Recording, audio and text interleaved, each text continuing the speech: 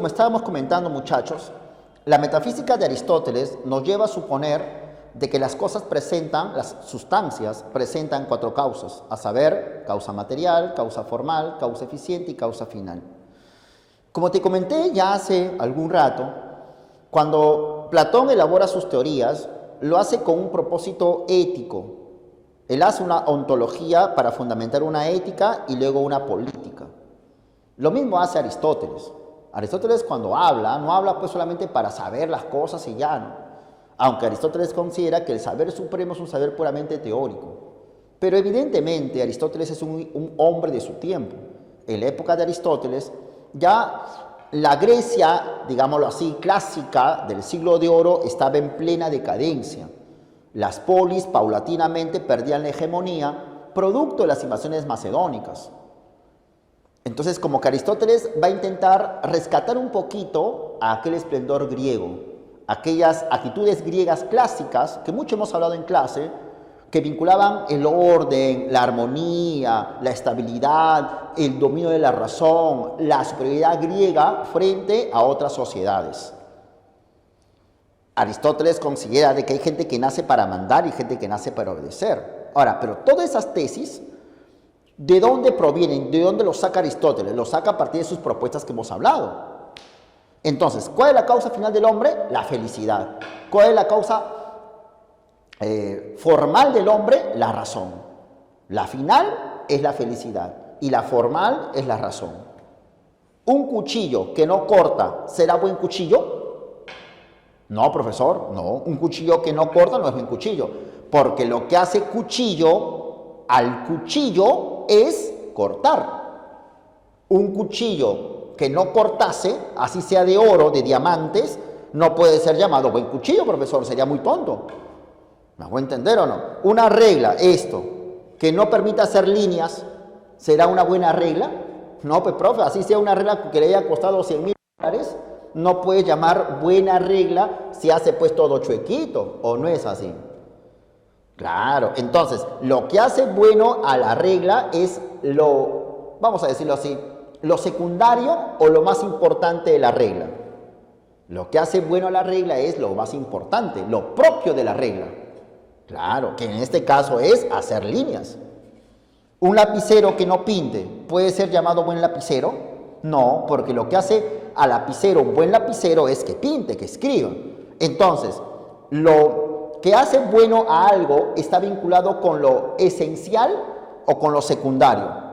Con lo esencial, con lo propio. ¿Y cuál es lo propio del hombre? ¿Cuál es el aspecto que nos hace humanos? La razón. Entonces, lo que nos hace buenas personas es el desarrollo de ¿quién? ¿Del cuerpo o la razón? La razón. Claro.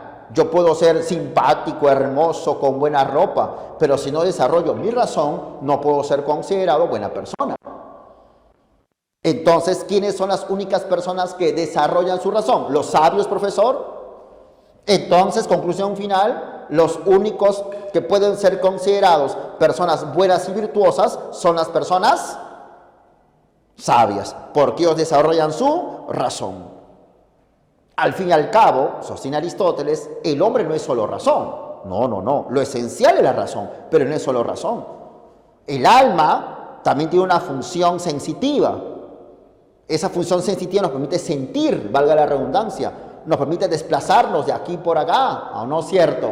Los animales no sienten calor, no sienten frío, el perrito, el gatito no se mueve, por supuesto, el hombre no se mueve, no tiene calor y frío, también. Entonces, hay una facultad del alma que nos vincula con los animales. ¿Qué facultad es? Sensitiva.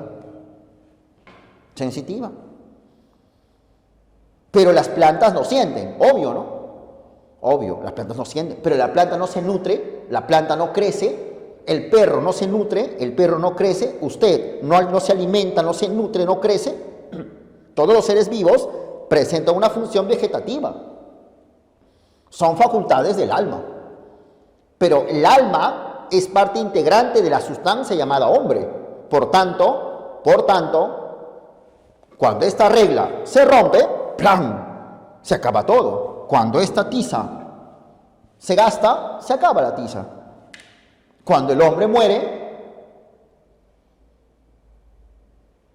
Se acaba todo. Por tanto, no hay almas inmortales. No hay almas inmortales. El alma muere con el cuerpo. Así de simple. Pero lo que nos distingue como humanos es la razón. Entonces los sabios, como estábamos comentando hace un rato, chicos, el sabio es el único que puede llamarse persona virtuosa, buena. Pero como no hay mundos ideales, sino que era este mundo nomás, aquí, solo aquí, es donde somos felices. ¿Cómo somos felices? Dice Aristóteles. Bueno, primero estudiando.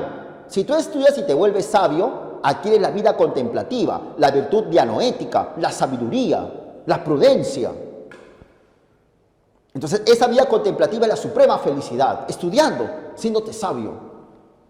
Pero no solo hay que quedarnos así, sino que la razón debe controlar al alma sensitiva y al alma vegetativa.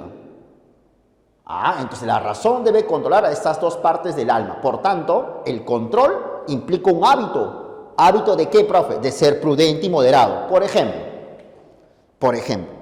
¿te parece de sabios derrochar dinero? No, profe, no, pues ese es de ignorante, claro.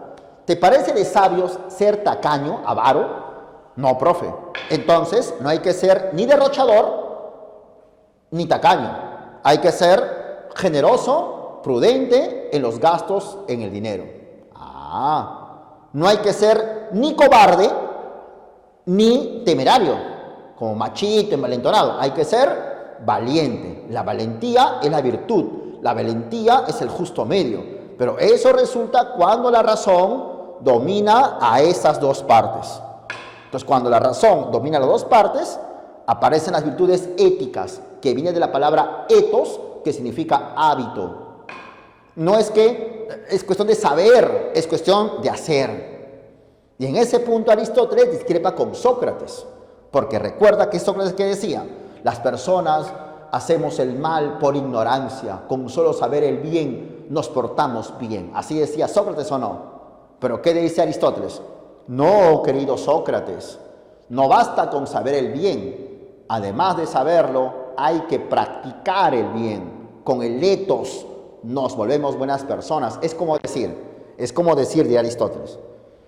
No es cuestión de saber lo bueno de la puntualidad, porque al fin y al cabo todos somos puntuales, bajo ese punto de vista, ¿no? Pero no es cierto. El hecho de que yo sepa que es buena la puntualidad no me hace persona puntual.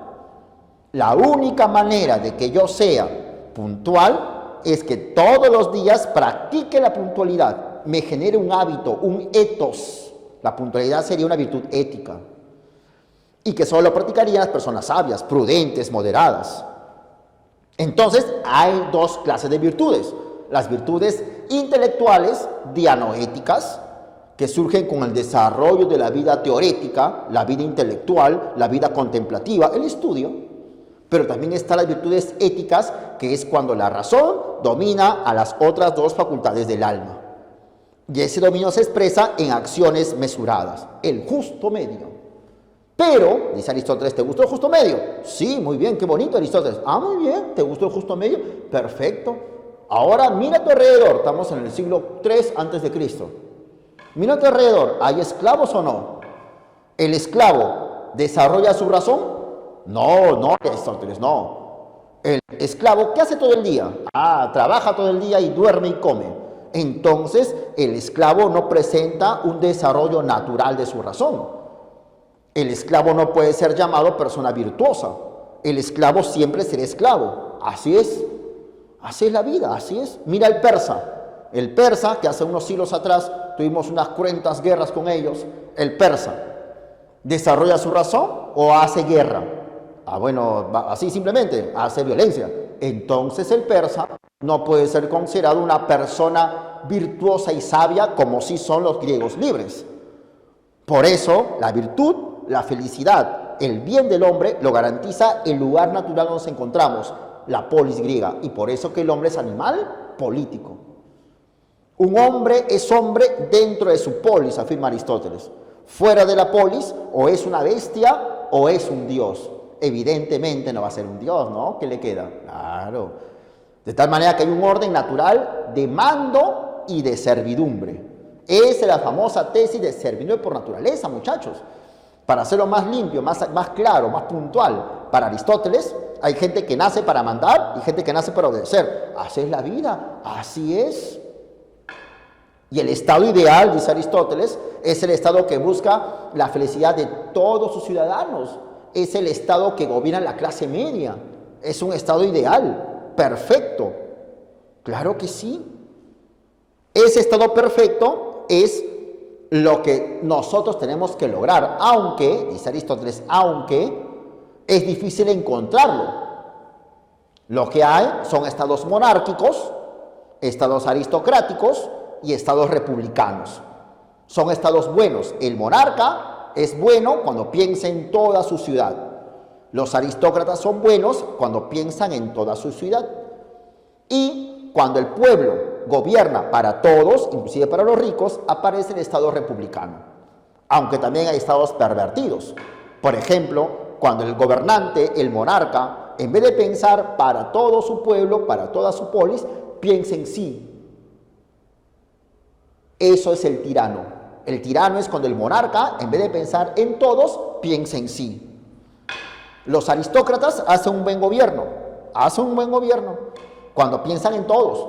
Pero cuando los aristócratas, en vez de pensar en todos, piensan en sí mismos, se agarran la plata, se transforman en oligarcas, el gobierno de los ricos, y eso es malo. Muy malo el gobierno de los ricos. Pero cuando el pueblo piensa en todos, eso es correcto. Pero cuando el pueblo desprecia a los ricos y solamente piensa en gobernar para sí mismos, para el pueblo mismo, se llama demagogia o democracia, como quieras llamarlo. Es un gobierno pervertido. Claramente Aristóteles se presenta como un enemigo de la democracia, al igual que su maestro Platón. ¿Te das cuenta, no? Entonces, Aristóteles quiere rescatar un poquito lo platónico, pues. Para Aristóteles, como yo estaba comentando, es importante fundamentar la política. Es importante hablar de la moderación. Lo que distingue al hombre es el alma intelectiva, la razón. Pero el hombre no solamente razón. El hombre también son alma sensitiva, desplazamiento, lo que siente el hombre. También lo tienen los animales. Ala vegetativa, funciones orgánicas, lo tienen las plantas. Entonces la razón tiene que controlar todo. Cuando la razón controla todo, está la virtud ética, el justo medio. Y se llama ética porque viene de etos, de hábitos. Pero la razón también tiene que desarrollarse solita, por sí misma. Ese es el estudio académico, la vida contemplativa, la virtud dialoética. Pero todas esas virtudes no es posible en cualquier lugar, ni lo puede tener cualquiera. Lo pueden tener solamente aquellas personas propias que pueden desarrollar adecuadamente su razón. Las personas libres que viven en la polis, y por eso que el hombre es animal político. Aristóteles así se presenta como un pensador naturalista. Él considera que todo lo que existe es natural, todo lo que existe presenta un orden que no puedes variarlo. Es así que Aristóteles desarrolla una metafísica para sustentar sus tesis. Bien, chicos, hasta aquí sería el asunto de hoy en relación a la filosofía de Platón y de Aristóteles correspondiente a el tema del periodo ontológico o de los grandes sistemas.